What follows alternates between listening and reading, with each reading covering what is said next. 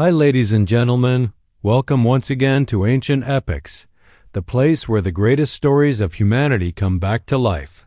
Few tales have ever carried a shadow as heavy as the one you are about to hear, a story so dark that even the Brothers Grimm, in their first 1812 edition, hesitated before printing it, warning readers that it might disturb the faint of heart. It is called the Juniper Tree, and hidden inside its verses lies an ancient song of murder, dismemberment, cannibalism, and a bird that sings with a dead boy's voice, a song so powerful that it once made grown men weep in the villages of northern Germany and still echoes in the marrow of old European forests where the low Saxon winds still carry fragments of its melody across the heather moors. Long ago, when the world was colder and the winters bit deeper into the bones of the living, when the great forests of Lower Saxony and Westphalia stretched unbroken from the Elbe to the Rhine and wolves still followed the scent of man through the snow, there lived a rich merchant and his gentle wife in a sturdy, half-timber-bird house whose beams were blackened by centuries of hearth smoke. Beside the house, rooted so close that its branches brushed the red tiles of the roof, grew a juniper tree older than any living memory. In the folklore of those northern lands, the juniper was sacred. Its smoke could drive away plague spirits. Its berries were distilled into a dark liquor said to let midwives see into the world of the unborn. And every farmhouse kept a sprig above the door because it was believed to remember the names of the dead and whisper them to the wind when no one was listening. The tree's trunk was twisted like an old woman's spine, its bark scarred by lightning, and beneath its evergreen crown the earth stayed bare, for nothing else dared grow where its roots drank so deeply.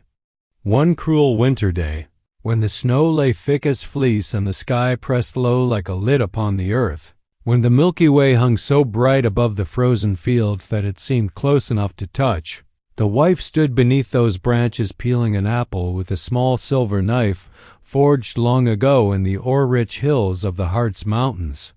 The apple was red as rowan berries after frost, and a single drop of blood fell from her finger onto the snow. She gazed at the crimson stain against the endless white and felt a longing so fierce it seemed to rise from the roots of the tree itself, that she might have a child as red as blood and as white as snow. She buried the peelings at the foot of the juniper, as country women did when they wished something with all their heart, and the tree accepted the offering with a soft rustle of needles. The snow melted into black rivers that fed the marshes where cranes danced at dusk. The juniper released its heavy perfume that drifted for miles across the flat lands. The constellations wheeled overhead Orion, the hunter giving way to the bright ship Argo, and then to the swan spreading its wings above the northern horizon, and in the 9th month, the woman bore a son whose skin was white as the winter ground, and whose lips were red as the drop that had fallen. Joy filled the house like sunlight pouring through new windows, yet joy is often brief beneath the watching stars.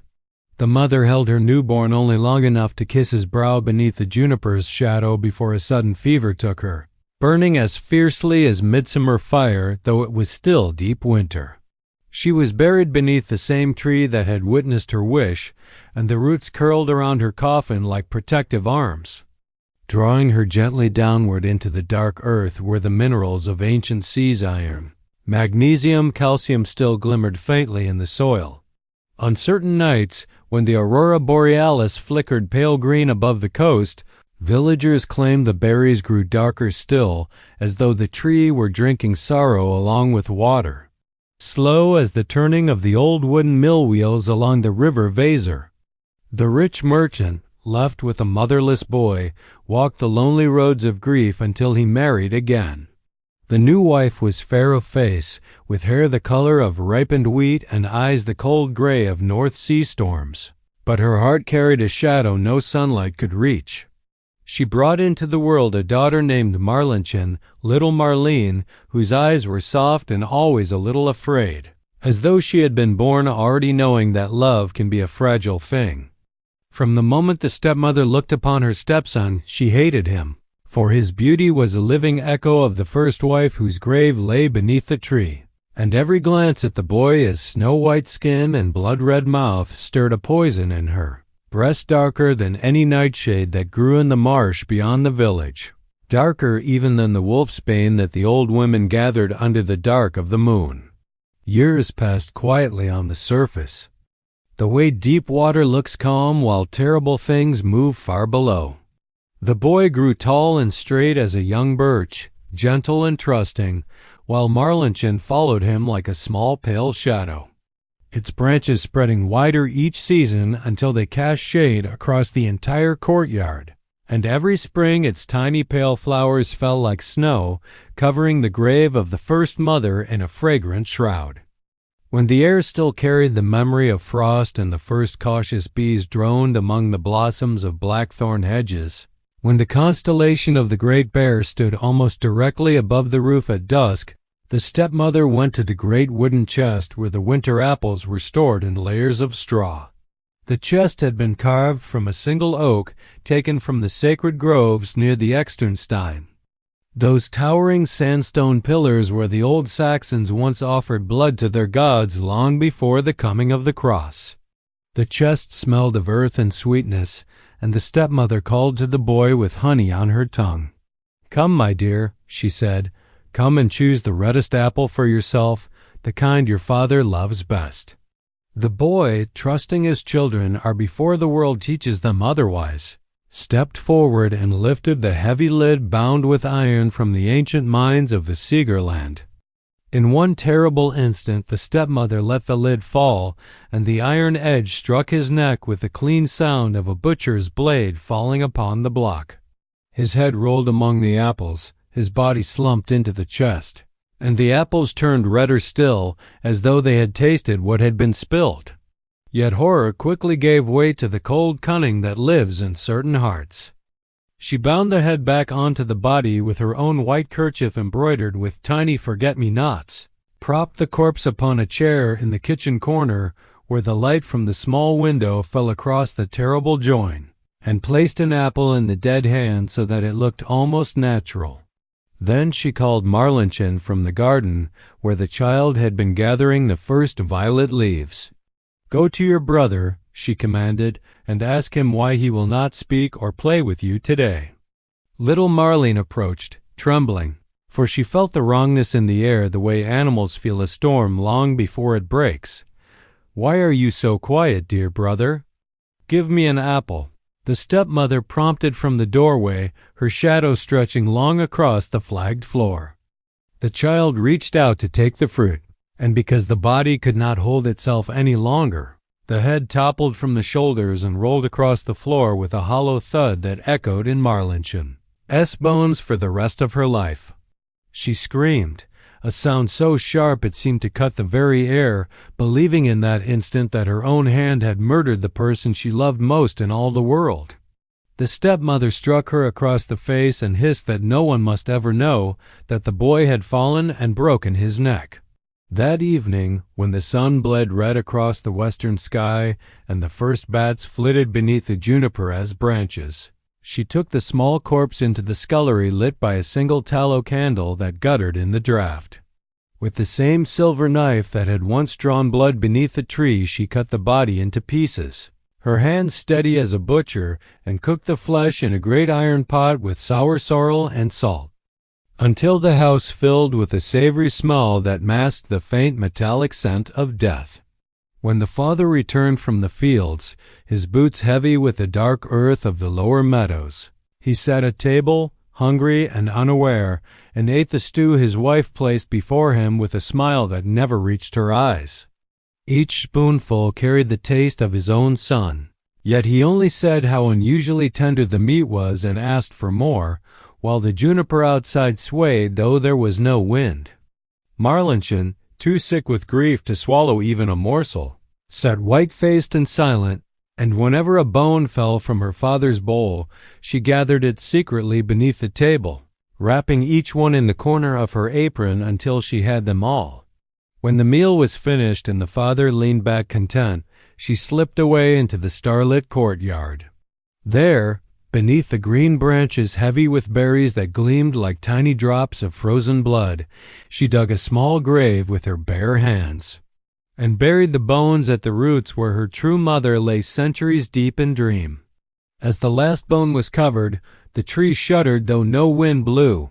Its needles rustled like 1,000 whispers in a language older than any church bell, and a thin mist rose from the earth smelling of resin and distant thunder and something faintly sweet like the memory of a lullaby. Then, before the child's astonished eyes, a magnificent bird rose from the branches, more beautiful than any creature of feather and song that ever flew beneath the northern sky. Its breast was white as the first snowfall, and around its neck gleamed a chain of pure gold that had not been there moments before. Gold that caught the starlight and scattered it like sparks from an invisible forge. The bird opened its beak and sang a melody so heartbreaking that the leaves themselves seemed to weep sap like tears. My mother, she slaughtered me, gathered up my bones, tied them in silk so fine, and laid them beneath the juniper tree. The song carried across the fields and over the red-tiled roofs of the village, past the ancient stone church where the bones of Saxon kings slept beneath the floor, past the meadows where the mist gathered in silver pools. The bird flew first to a goldsmith's shop in the nearest market town, a low building whose sign creaked in the night breeze, and perched upon the carved golden ring above the door, singing its terrible lullaby until the goldsmith came out barefoot in his nightshirt and offered a gold chain from his own neck, heavy and warm from his skin, the links chiming softly like tiny bells of morning. Next it came to a shoemaker's bench beneath an open window where a single lamp still burned, and sang again while the leather-scented air trembled. The shoemaker and his apprentices listened with tears streaming down their faces into their beards, and the master gave the bird a pair of tiny red shoes worked in the softest cordovan leather dyed with madder root from the eastern trade routes, shoes small enough for a child's feet. Finally, the bird flew to a mill on the river where the great water wheel turned day and night, grinding rye and wheat with the patient strength of moving water. And 20 men were heaving at the heaviest millstone when the bird alighted on the beam above them. Again it sang, and the millers, strong men whose hands were scarred from years of lifting grain sacks heavier than themselves, felt their hearts crack open like winter ice on the river, hewn from the gray granite of the Teutoburg forest where Varus lost his legions long ago, and held it up to the bird, which grasped it with claws that should not have been strong enough yet were, flying low beneath the rising moon that painted the world in silver and shadow. The father sat in the courtyard enjoying the spring air that carried the first faint scent of blooming meadowsweet. Marlinchen wept inside the house, wrapping her silk kerchief tighter around her trembling fingers, and the stepmother paced like a caged thing, a song that named her crime in notes no human throat could form. The bird circled high above the juniper, its wings brushing the topmost needles that had never known the touch of any living creature before, and dropped the golden chain into the father's lap. For the chain was worth a fortune and glowed as though it carried sunlight inside the metal, and let fall the little red shoes at Marlinchen's feet through the open window, laughing through her tears for the first time since the world had broken, and slipped them on. She knew beyond doubt that her brother lived inside the beautiful creature whose eyes held all the love they had ever shared. Finally, the bird hovered above the stepmother, who had rushed outside clutching her head against the unbearable song that scraped her bones like a file, and released the millstone. It fell straight and true with a sound like the closing of the world, but a dark stain upon the stones and the faint smell of crushed juniper berries rising into the quiet air. A soft smoke rose from the place where the bird had been, curling upward like incense toward the stars that wheeled eternally above the old northern lands, and out of the smoke stepped the boy, whole and living, his eyes bright with the memory of everything that had passed, yet gentle as dawn after the longest night. He took his father's hand on one side and Marlinchen's on the other, and the three walked together into the house beneath the quiet branches of the juniper tree where the wind now moved gently, as though the tree itself were breathing a long sigh of relief that had been held for years.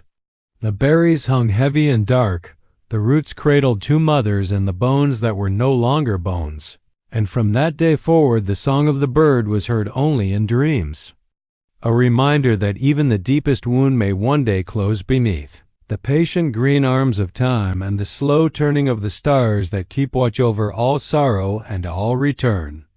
Carried across centuries on the wings of a sorrow that became, against all odds, a song of return.